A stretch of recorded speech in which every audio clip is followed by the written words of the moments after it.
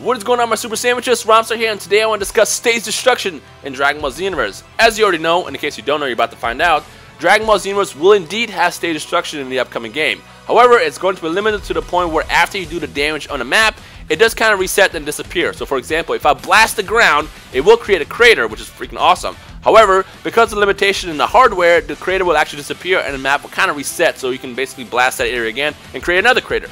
So a lot of people ask the question, Dims, why'd you do this? Why do you guys suck? Why can't you do permanent damage? We want permanent damage. Well, the main reason why is a thing called hardware limitation. So let's talk about Storm for a second. Storm 4, as you know, has been announced this week as a next-gen exclusive.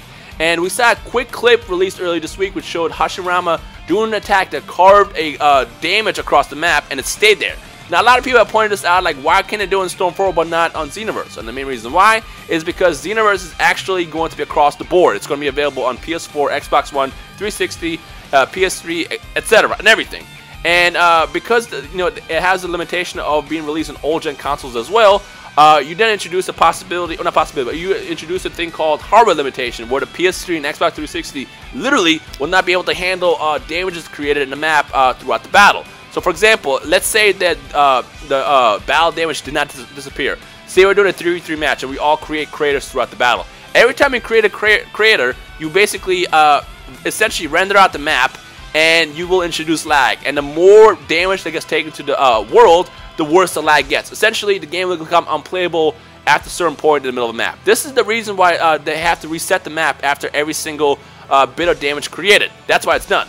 Now, the reason why I decided to do this video is because a lot of you guys have pointed out, well, previous games have done it. How come PS2 did it on Budokai 3 and, 360 and PS3 did it with Ultimate Tenkaichi? Well, something that you guys don't really understand here is this is the magic of development.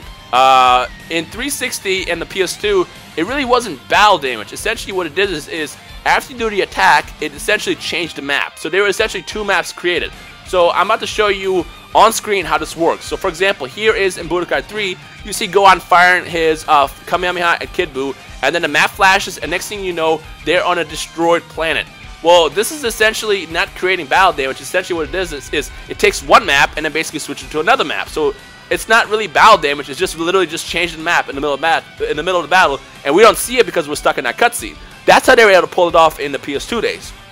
Now, going to the 360 and PS3 with Ultimate Tenkaichi, it looked a little bit more realistic. It looked like they actually added the damage in the middle of the battle. However, here's the trick. Here's the magic here. They actually did not do that. What they did is they did the exact same thing that the PS2 did with the attacks. You see Gogeta firing his blast at Omega Shenron, and it carves a path across the map, and then the damage stays. Essentially what happens is during that cutscene, it did the exact same thing they did on PS2. They essentially just switched the map to an already pre-made world. So that world was already specifically designed to exist when that attack is made. Essentially, all it did is it just go from map 1 to map 2 of that version of the map. Now, of course, you can argue why don't they do that in Xenoverse? Well, the reason why is because they're introducing live damage. There's going to be damage across everything. I mean, here's the question I have for you guys: Would you rather them place random obstacles like rocks everywhere, where if you hit those rocks they explode and that's it? Or would you rather them give us the system they have us now, where like if you blast, you see the blast carve across the map and then disappear? Obviously, the first one is, the system that they have now is better. It looks a lot cooler. Having just one part of the map destructible will kind of get redundant over time. It'll get pretty lame. Like, oh, you destroyed that map. Or you destroyed that rock on the map. Now we have nothing else to destroy for the rest of the match. It would get kind of redundant.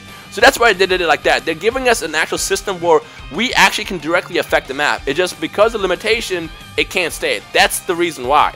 Now again, if you guys have any questions, feel free to add in the comment section below, but this is literally the explanation. This is why it doesn't work.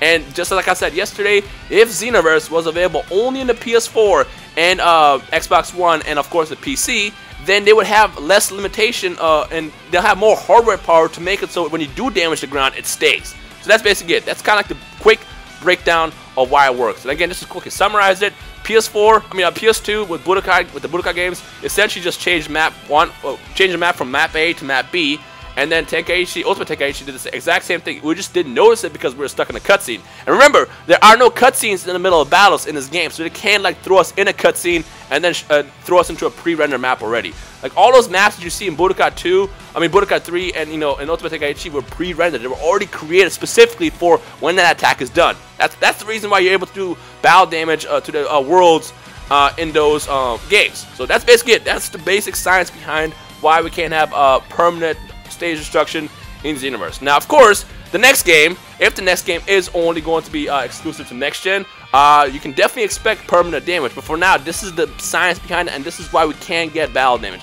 And I understand why it's such a big deal. I see a lot of people really get angry at DIMS for not giving us permanent battle damage to the maps, which honestly is a huge deal. I mean, think about it. Xenoverse is giving us literally everything we want as Dragon Ball Z fans. We have character creation. That's not just character creation, but absolute character creation, where we can create exactly the perfect character we want to be.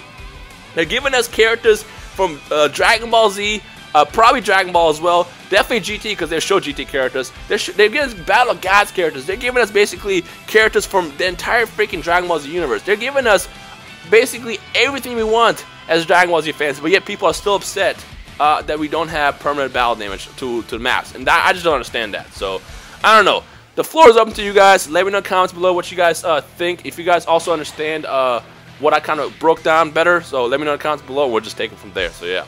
Anyways, if you're still hyped for Dragon Ball Xenoverse though, make sure you punch that like button right in the face. If you have any other questions or any comments at all, feel free to add to the comment section below, and we'll just take them from there. But that's basically it. Again, just to say it one more time, Dragon Ball Xenoverse is going to feature live damage. When you blast the ground, it's going to damage that part of the ground. Ultimate Tenkaichi had pre-rendered damage. Basically, that damage was made there, was created to be there when that attack is done. So essentially, it's part of the attack. And in Budokai games, same thing. It just, after that damage is done, it shifts you to the second version of that map. Like, that's just created for that attack as well. So that's basically it. As simple as it gets. So yeah. Again, if you have any questions, you know what to do. Add to the comment section below, but that's about it. So yeah.